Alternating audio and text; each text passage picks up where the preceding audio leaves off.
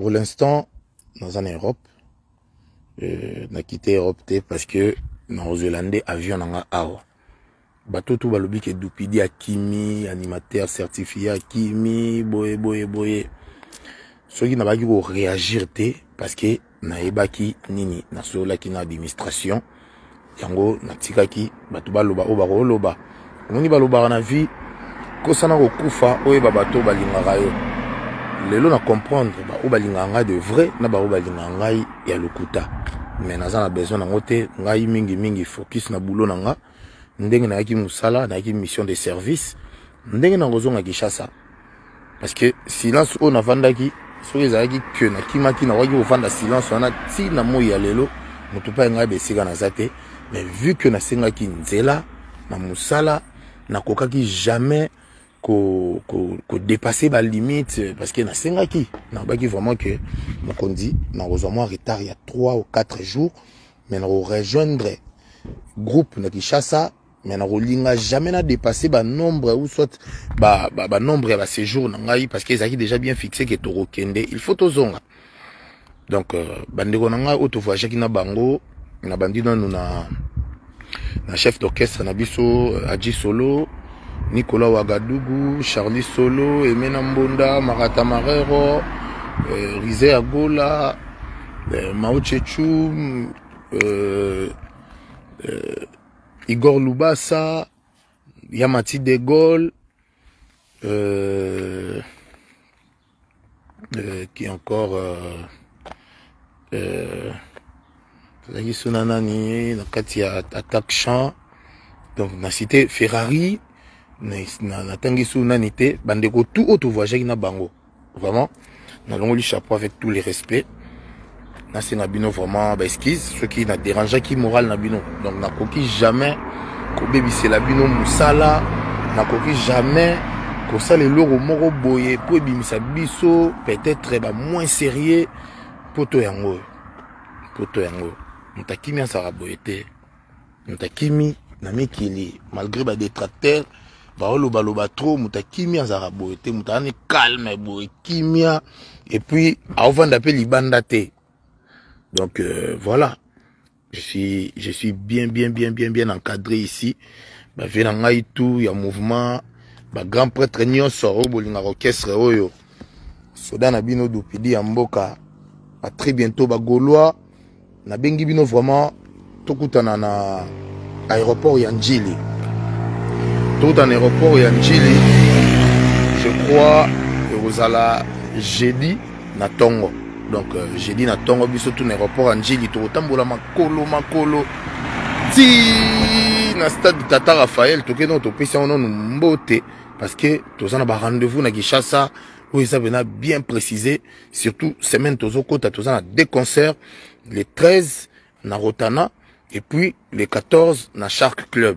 Donc bon mon présence nanga non zalawana lupedi mboka toujours présent na boulot na ye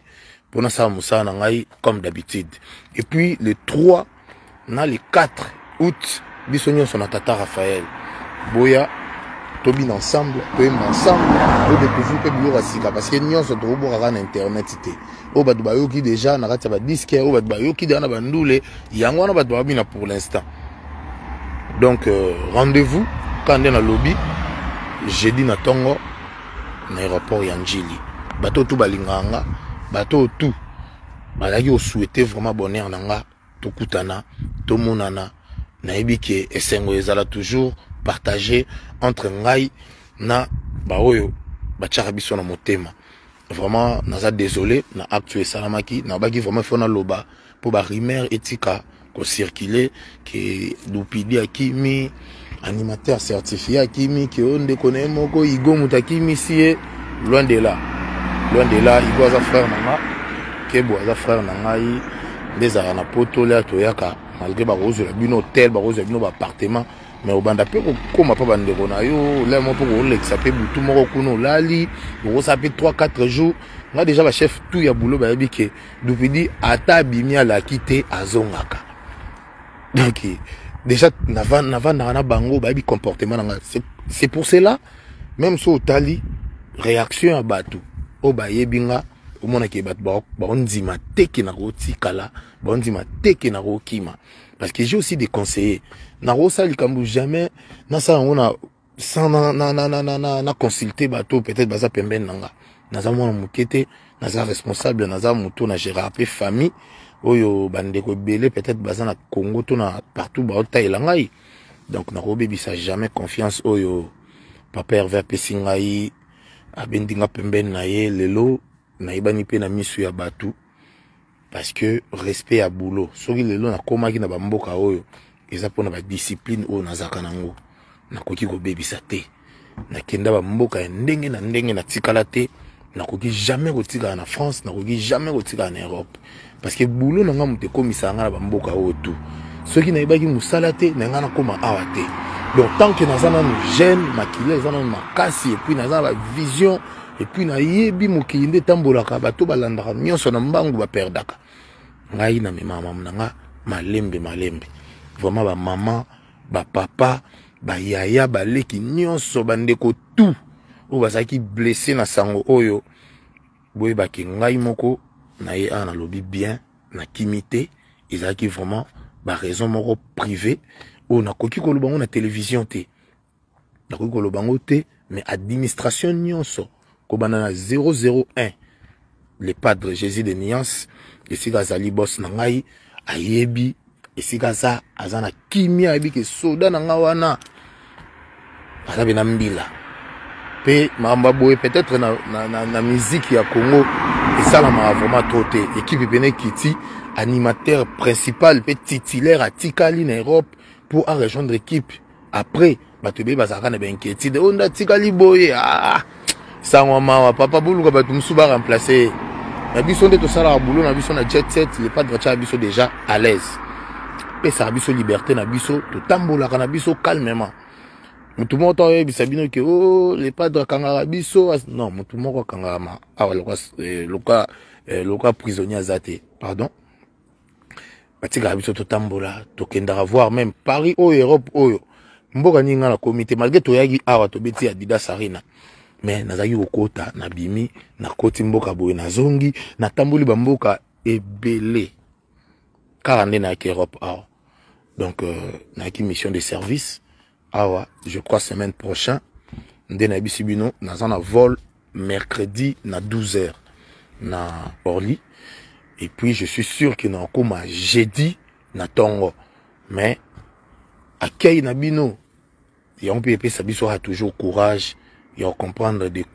combien au bo compter sur biso et puis combien au yo bo cha biso na mitema na bino bo la biso affection na bino bo la biso amour na bino tous na bino toujours ensemble parce que ils a déjà famille ou déjà to vandi temps belé ensemble ici to mesani donc arrière penser comment et mabe ils a ngote et ya mabe ezate ba maman ba papa ba ndeko na ngai ba golois vraiment nazana respect na bino makasi nazana respect na bino vraiment soki bozaki na confiance na ngai te mais lelo na bazo compter nga pe parmi les deux premiers ya ba animateurs ya Congo te parce qu'actuellement na bi ke bokomi singa sika o bolinga bokomi sangai nakoki jamais ko blesser bino nakoki jamais ko salir bino nakoki jamais ko pesa espace moko na ba jaloux ba kota na pesa ba matière na pesa ba sujet et on a ba ina bandeli ko sana ko kufa oyeba bato balingaka yo on a compris muto afongo la porte azate biso tout oza concentré focus na faire rigola to consommer dynastie et puis ba programme na biso na le 13 le 14 toza na kin semaine prochain Rotana Shark Club et puis le 3 na le 4 août biso nyonso na stade Tata Raphaël to le bango ne belé diront tout cha bango somo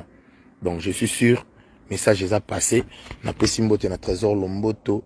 na pesimbote na vienanga die donner Salumu na pesimbote na DG Blaise Polo ya Pichu Botoko vieux Guilhem Avakala le boss Costa Couleur boss Emeteza Papi Makaya PDG Olangi Sarah Teza na pesimbote na bateau tout oyo ba soutenanga de près ou de loin donc Junior Mikobi na pesimbote na Berado Prince des Amunda na pesimbote na Venangai Alain Lusabisu na pesimbote donc na bagolo tout il y a monde il y a Afrique il y a diaspora soda na bino yeyo moi na bino yeyo Dupidi ya mboka animateur certifié voilà